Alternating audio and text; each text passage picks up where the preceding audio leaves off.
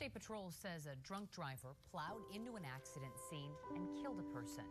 The driver slammed into two cars that were already pulled over on I-94 in Lexington and St. Paul last night. His family and classmates are trying to come to grips after a John Carroll High School athlete loses his life to a drunk driver.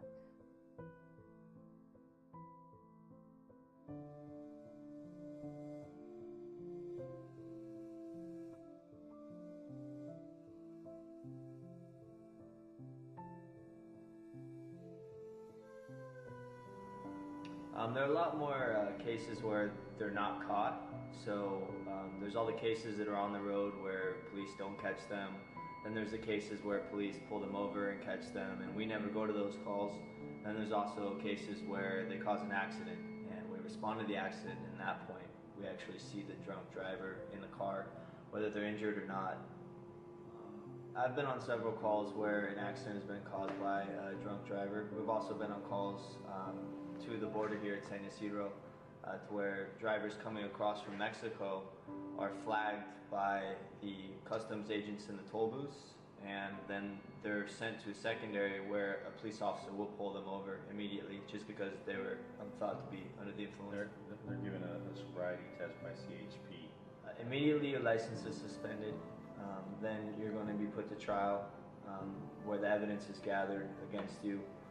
You'll lose your license for at least 1 year, and you'll be forced to start taking alcohol abuse classes as well as legal classes educating you about the ramifications and the problems that are associated with getting a DUI. It's a very expensive process, up to $10,000, as well as you not being able to drive and all the inconveniences that happen from you not being able to have a car. And if you rely on your license for your job, and all of a sudden you get a DUI and that license is revoked, now you don't have a job. Some of the things that happen when you're under the influence of alcohol when you're trying to drive a car is you're going to have a delayed reaction time. So you're not going to see objects and be able to react as quickly. If a car goes to cut you off and you want to move really quick, you're not going to see it as fast. You won't track colors as quickly either. So a red light changing, you might not see that as well. And you won't notice when you're swerving too. And that's a huge way that CHP or police catch vehicles. There's also a thing out there that allows a person in a different car to see you swerving and then call 911 and then call you in as a drunk driver, and it flags you. So there might not even be a police officer in the area, but someone else saw you swerving. They're going to call your vehicle in with your plate number, and then if there's a CHP or a police officer nearby, they will follow you and pull you over because someone else called. There was a group of teenagers from Santee and La Mesa, and there were 3 or 4 of them in a car, and they were all drinking and smoking marijuana as well, and 3 out of the 4 of them died in the car accident.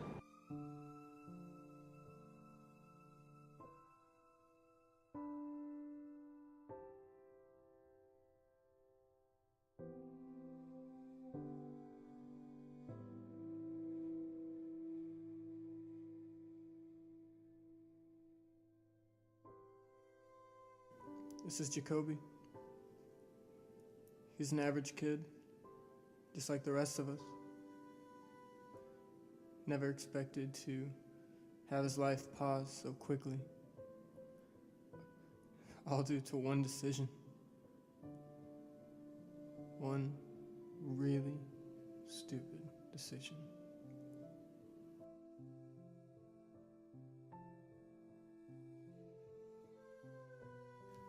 He studied harder than anyone I'd ever known. Every day after school, he spent hours in the library, aimlessly searching for new things that interested him. He wasn't even the type of kid who liked to party.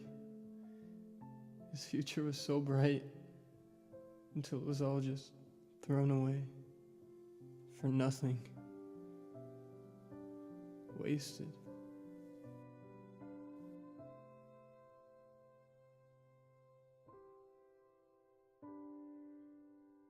This is Casey. He was just a freshman in college, loved by so many. His younger brother and his mom awaited him at home every day after school. He'd come home after working so hard to be his best and still have a smile on his face at the end of the day. In fact, I don't think it was possible to take a smile away from him.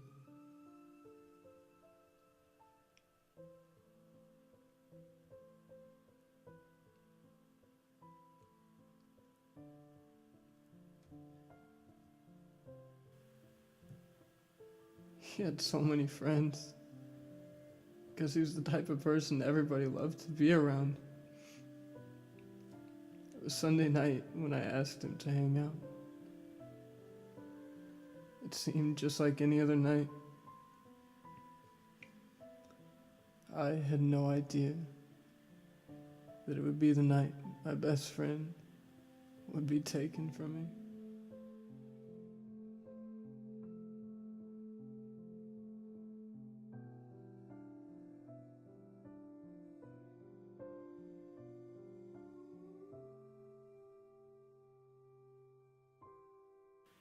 He worked a job for minimum wage. His motivation was unlike any other.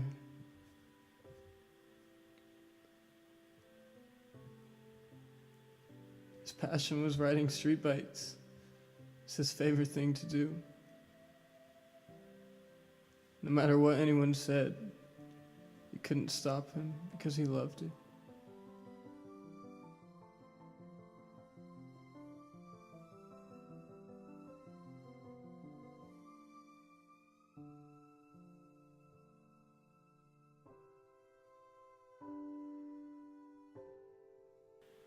It was that very night, Jacoby decided to have a few drinks with some friends. Just a little fun, he thought. It wouldn't mean anything.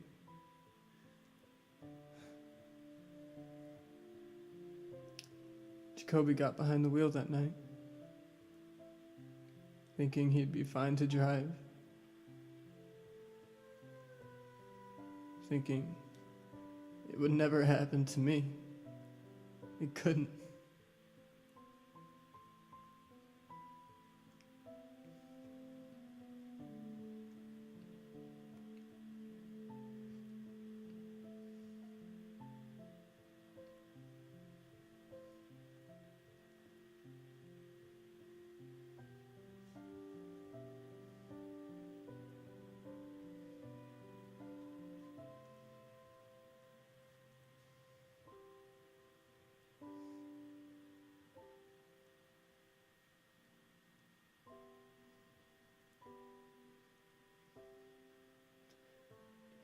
It was 8 o'clock that night.